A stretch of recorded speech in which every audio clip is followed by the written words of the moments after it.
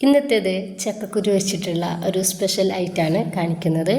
ഈ ഒരു ചക്കക്കുരു നമ്മുടെ ശരീരത്തിന് ഒരുപാട് ഗുണം നൽകുന്ന ഒന്നാണ്. ഇപ്പോൾ ചക്കയുടെ ഒരു സീസണിൽ നമുക്ക് ഈ ഒരു ചക്കക്കുരു വെച്ചിട്ടുള്ള ഒരു ഐറ്റം ഉണ്ടാക്കുന്നത് എങ്ങനെയെന്ന് കണ്ടു നോക്കാം.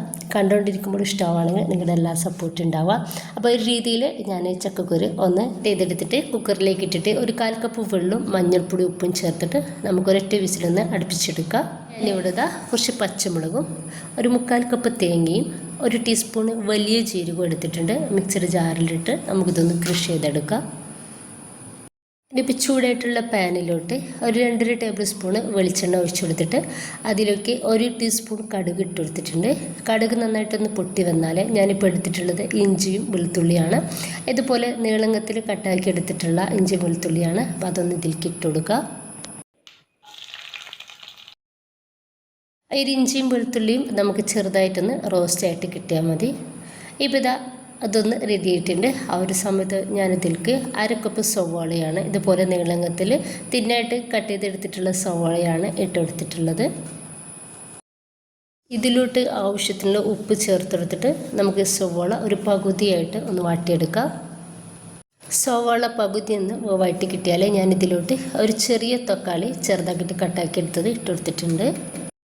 അപ്പോൾ സവാളയും തക്കാളിയും ഒന്ന് വഴറ്റി കിട്ടിയാൽ ഇതിലോട്ട് 1/2 ടീസ്പൂൺ മഞ്ഞൾപ്പൊടിയും 1 ടീസ്പൂൺ കാശ്മീരി മുളക് പൊടിയും ഒരു 1/4 ടീസ്പൂൺ ഗരം മസാല പൗഡറും ചേർത്തെടുത്തിട്ട് ഇതുപോലെ നന്നായിട്ട് ഒന്ന് മിക്സ് ആക്കി എടുക്കാം. നമ്മളിതിലേക്ക് മുളക് പൊടി ഒന്നും ചേർക്കുന്നില്ല. ഇനിയിപ്പോൾ ഞാനൊരു കോഴിമുട്ട എടുത്തിട്ട് അതിലേക്ക് ഉപ്പിട്ടിട്ട് ഒന്ന് മിക്സ് ആക്കി എടുക്കുന്നുണ്ട്. അതിനിപ്പോൾ നമ്മുടെ ഈ ഒരു സവാളയും തക്കാളിയൊക്കെ ഒരു സൈഡിലേക്ക് ആക്കി കൊടുത്തിട്ട് ആ ഒരു സെൻറ്ററിലേക്ക് നമുക്കൊരു കോഴിമുട്ട പൊട്ടിച്ചൊഴിച്ച് കൊടുക്കാം. എന്നിട്ട് നമുക്ക് മിക്സ് ആക്കാതെ ഇതൊന്ന് മൂടി വെക്കാം. ഇനി നമുക്ക് ഈ ഒരു മൂടി ഒന്ന് തുറന്നതിന് ശേഷം നമുക്കിതുപോലെ ഒന്ന് മിക്സ് ആക്കി കൊടുക്കാം. നന്നായിട്ടൊന്ന് മിക്സ് ആക്കി കൊടുത്തതിന് ശേഷം നമ്മൾ അരച്ച് റെഡിയാക്കി വെച്ചിട്ടുള്ള ഒരു അരപ്പ് ഈ ഒരു സമയത്ത് ഇതിലേക്കൊന്ന് ഇട്ടെടുക്കാം.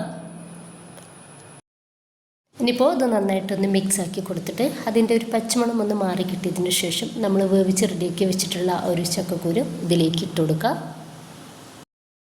ചക്കക്കുരു ഒടിയാത്ത രീതിയിൽ നമുക്ക് ഇതൊന്ന് മിക്സ് ആക്കി കൊടുക്കുക. ഇനിയിപ്പോൾ ലാസ്റ്റ് നമുക്കിതിലോട്ട് കുറച്ച് പച്ച വെളിച്ചെണ്ണ കൂടി ഒന്ന് ഒഴിച്ച് കൊടുത്തിട്ട് ഒന്ന് മിക്സ് ആക്കി എടുത്താൽ നമ്മുടെ ടേസ്റ്റി ആയിട്ടുള്ള ഈ ഒരു ചക്കക്കുരു വെച്ചിട്ടുള്ള ഒരു റെസിപ്പി കൂടെ റെഡി ആയിട്ടുണ്ട്. ഭയങ്കര ടേസ്റ്റാണ്. നമുക്കിത് ചോറിൻ്റെ കൂടെയുള്ള ചപ്പാത്തിയുടെയും ദോശൻ്റെ ഒക്കെ കൂടെ കഴിക്കാവുന്നതാണ്. ഉണ്ടാക്കി നോക്കുക, നിങ്ങളുടെ അഭിപ്രായങ്ങൾ അറിയിക്കുക.